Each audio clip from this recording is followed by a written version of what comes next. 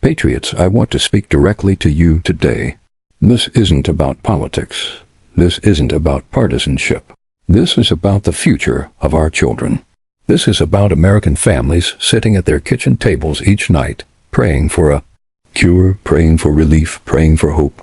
And for once, it seems like Washington might actually be listening, just a little.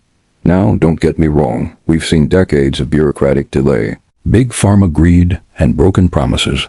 But in a rare moment of unity and clarity, Senator Moran, yes, a Republican from Kansas, stood tall in a Senate hearing and reminded this nation of our true duty to fight for those who can't fight for themselves. And the target? Juvenile diabetes, a disease that has stolen too much from too many innocent American children. He looked across that Senate chamber and spoke the words we've been longing to hear. This is about hope.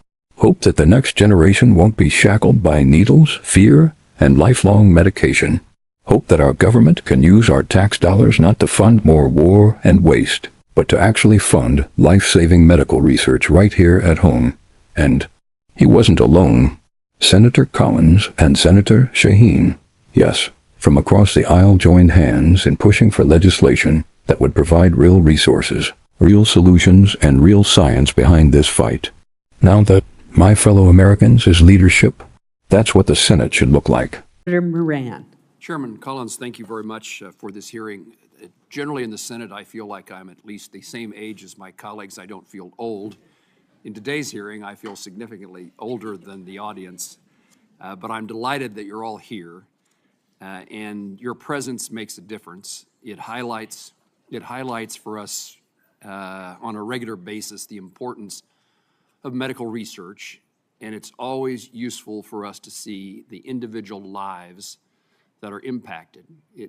Things can be about numbers and they can be about dollars, but in order to get our attention and get the necessary action on our part, it's useful to see that humans, our friends, our neighbors, our constituents, our family members are impacted. So I appreciate all of you being here today and making the case for sufficient resources necessary.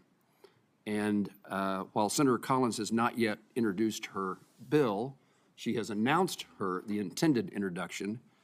And Senator Collins, I won't say that I'm going to co-sponsor the bill until I meet with my juvenile diabetes kids from Kansas so I can tell them first.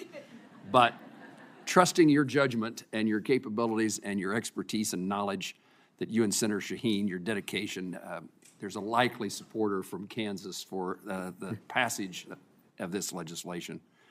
And so, again, delighted that, thank you.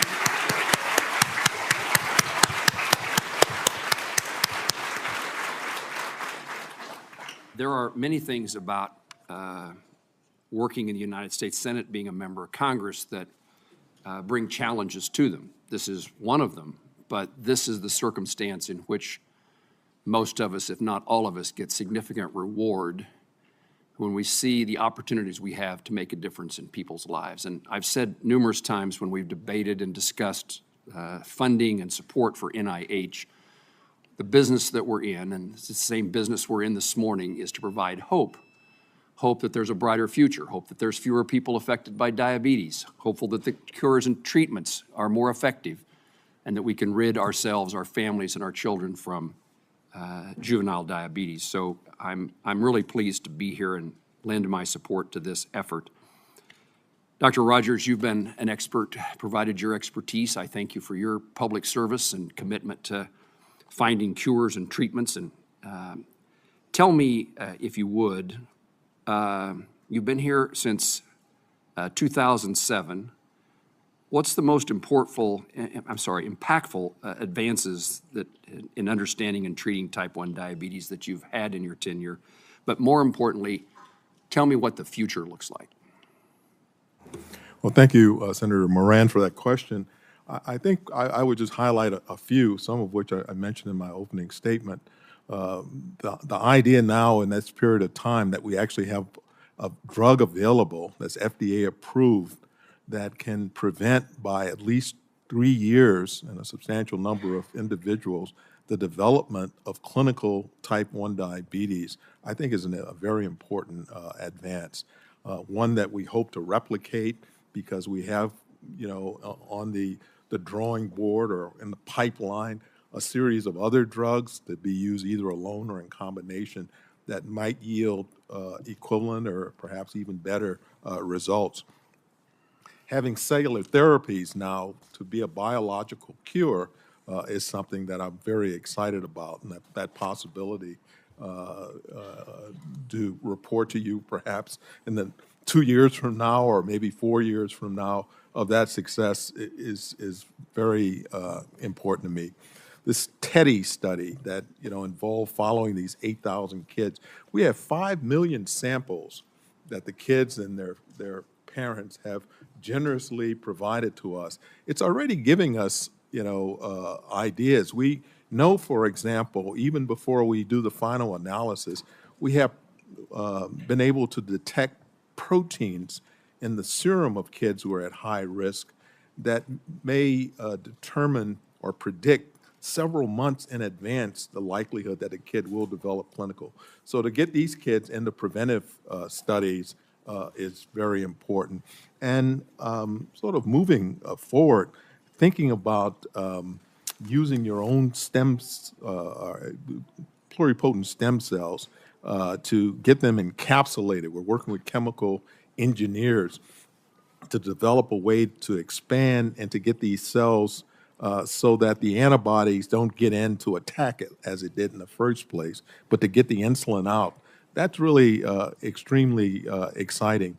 We're taking a page from the oncology and the immunologist field. They're using something that you may have heard of, CAR T cells, and applying that technology as a way to prevent the ongoing autoimmune disease, potentially in individuals with type 1 diabetes, from attacking either their existing cells or potentially transplanted cells.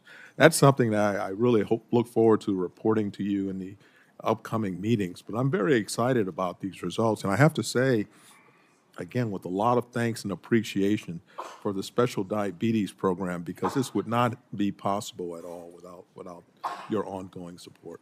Thank you. I usually hear CAR T cells in regard to cancer research and cures, and it's nice to know that the potential opportunity that exists here, because we've seen such significant outcomes, improvement in outcomes in cancer. Thank you. Doctor, thank you. Thank you very much, Senator Moran.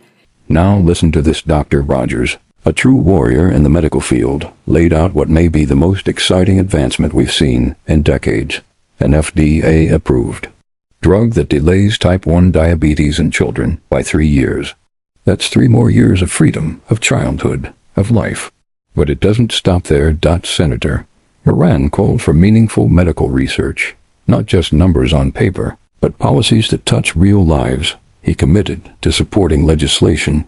Once he spoke with his own juvenile diabetes warriors back in Kansas, a grassroots first approach we respect. Congress's job is to deliver hope, not empty speeches. Moran said it. We'll hold them to it. Dr. Rogers revealed a game changer, a drug that delays type 1 diabetes onset, already FDA approved, and saving lives. Even more exciting?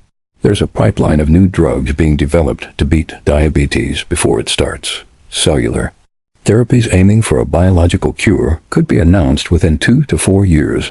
We're talking actual cures, not treatments. The TEDdy study followed 8,000 kids and produced 5 million samples, uncovering early warning signs of diabetes months in advance. Scientists are developing a stem cell shield, stopping the immune system from attacking insulin-producing cells. That is next-level innovation. They're now adapting CAR T cell technology, originally used in cancer, treatments to stop the autoimmune attack in diabetes. Powerful cross-discipline breakthroughs. None of this would be possible without the Special Diabetes Program. And yes, it's your tax dollars that fund it. For once, money well spent. Now, patriots, here's the deal. We need to hold the line. We need to make sure this legislation doesn't get buried in the swamp of DC delays. Juvenile diabetes doesn't wait, and neither should we.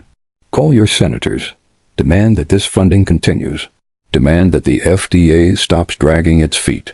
And most importantly, keep fighting for the families who deal with this disease every single day. I'll say this. If we can find billions to send overseas, we sure as hell can find money to cure our children here at home. If you believe in fighting for the next generation, if you believe in cutting through the red tape, if you believe that America should lead the world in medical breakthroughs, hit that like button, subscribe, and ring that notification bell so big tech can't silence this message. Share this video with every parent, grandparent, and voter. Who cares about kids and country? Because in this house we don't just talk about change. We demand it.